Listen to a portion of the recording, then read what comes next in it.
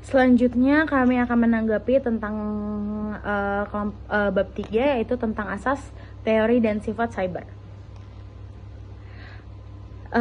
Yang pertama itu ada asas hukum cyber.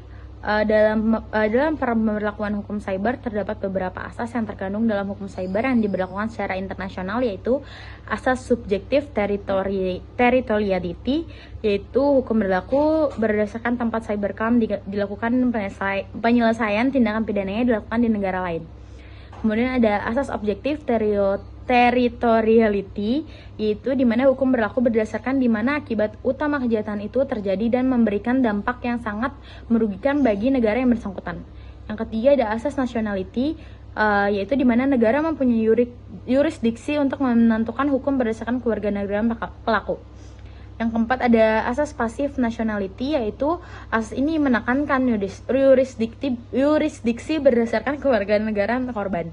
Yang kelima yaitu asas protective principle, yaitu perspektif ini hukum didasari atas keinginan negara untuk melindungi kepentingan negara dari kejahatan yang dilakukan di luar wilayah yang umumnya digunakan apabila korban adalah negara atau pemerintah.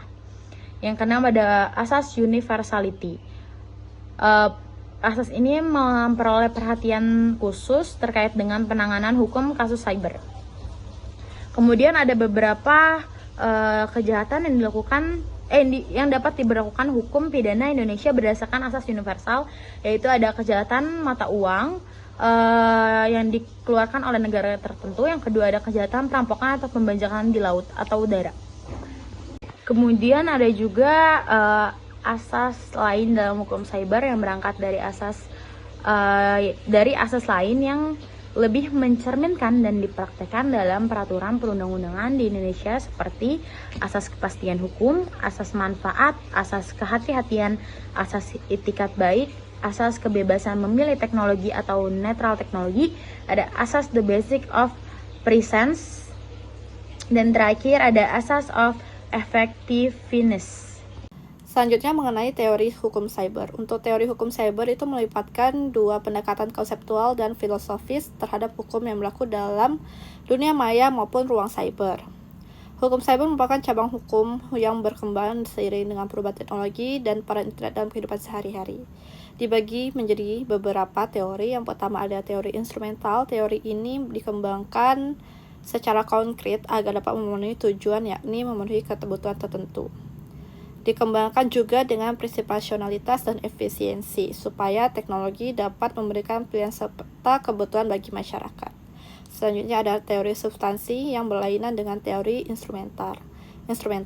Teori instrumental menyatakan bahwa teknologi sifatnya netral, sedangkan teori substansi menyatakan bahwa teknologi sifatnya tidak netral. Dikarenakan sifatnya tidak netral, maka teknologi dapat memunculkan bahaya. Selanjutnya ada teori hukum dan teknologi.